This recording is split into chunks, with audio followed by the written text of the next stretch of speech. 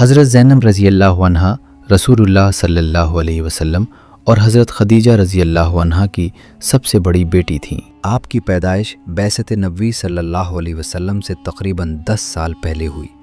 یہ اس بیٹی کی کہانی ہے جس نے نبوت کے سائے میں آنکھ کھولی مگر زندگی آزمائشوں میں گزاری۔ یہ کہانی ہے حضرت زینب رضی اللہ عنہا بنت رسول اللہ صلی اللہ علیہ وسلم کی۔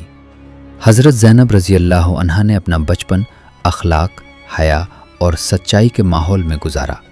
والد محمد صلی اللہ علیہ وسلم امین صادق، والدہ خدیجہ رضی اللہ عنہا عظیم صابرہ اور ایمان کی اولین مثال۔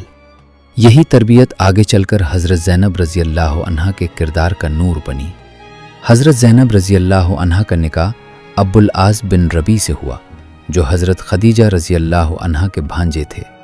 نکاح اسلام سے پہلے ہوا۔ ابو العاص اس وقت مسلمان نہیں تھے مگر امانت دار اور بااخلاق تھے۔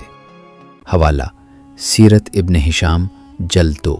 جب رسول اللہ صلی اللہ علیہ وسلم نے اسلام کی دعوت دی تو حضرت زینب رضی اللہ عنہا فوراً ایمان لے آئیں مگر ان کے شوہر اس وقت تک مسلمان نہ ہوئے۔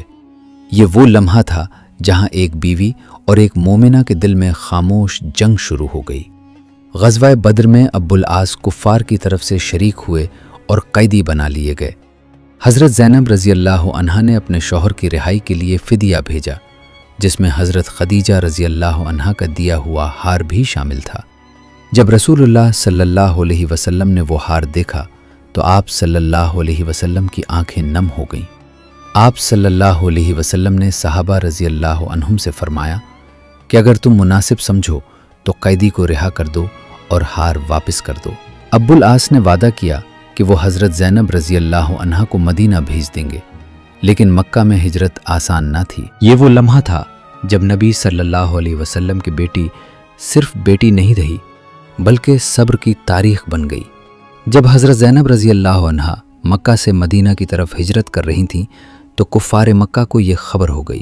راستے میں حبار بن اسود نامی شخص نے حضرت زینب رضی اللہ عنہا پر نیزہ پھینکا اور نیزہ گھوڑے کو لگا جس کی وجہ سے وہ نیچے گر پڑیں۔ حضرت زینب رضی اللہ عنہا شدید زخمی ہو گئیں۔ آپ رضی اللہ عنہا حاملہ تھیں۔ اس صدمے سے حمل ضائع ہو گیا۔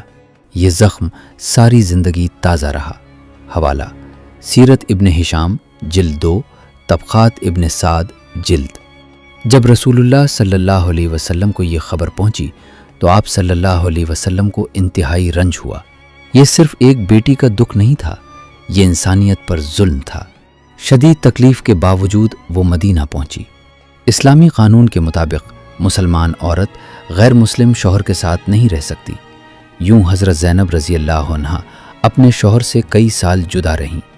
یہ جدائی ان کے صبر کا سب سے بڑا امتحان تھی۔ کچھ عرصے بعد ابو العاص تجارت کے سفر میں گرفتار ہوئے اور مدینہ لائے گئے۔ حضرت زینب رضی اللہ عنہا نے انہیں پناہ دی۔ یہ اخلاق اور وفا دیکھ کر ابو العاص کا دل بدل گیا۔ انہوں نے مکہ جا کر لوگوں کا مال واپس کیا اور پھر مدینہ آ کر اسلام قبول کر لیا۔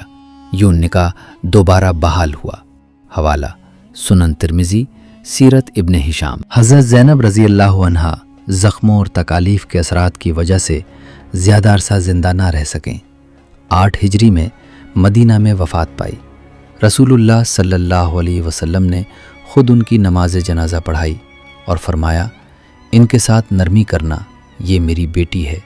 اسی لیے فتح مکہ کے موقع پر رسول اللہ صلی اللہ علیہ وسلم نے چند افراد کے بارے میں فرمایا کہ انہیں پناہ نہ دی جائے۔ ان میں حبار بن اسود بھی شامل تھا۔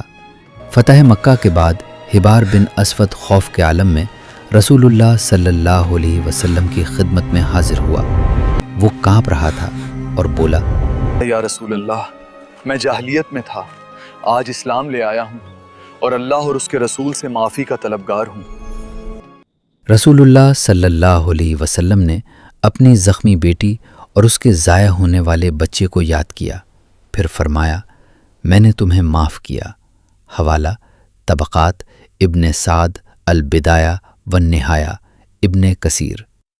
مورخین لکھتے ہیں کہ حضرت زینب رضی اللہ عنہا کی وفات انہی زخموں کے اثرات کی وجہ سے ہوئی جو ہجرت کے دوران لگے تھے۔ حوالہ طبقات ابن سعد۔ حضرت زینب رضی اللہ عنہا نہ صرف نبی صلی اللہ علیہ وسلم کی بیٹی تھیں بلکہ صبر کی شہزادی تھیں، اور ان کا زخم ہمیں عفو، وفا اور ایمان کا سبق دیتا ہے۔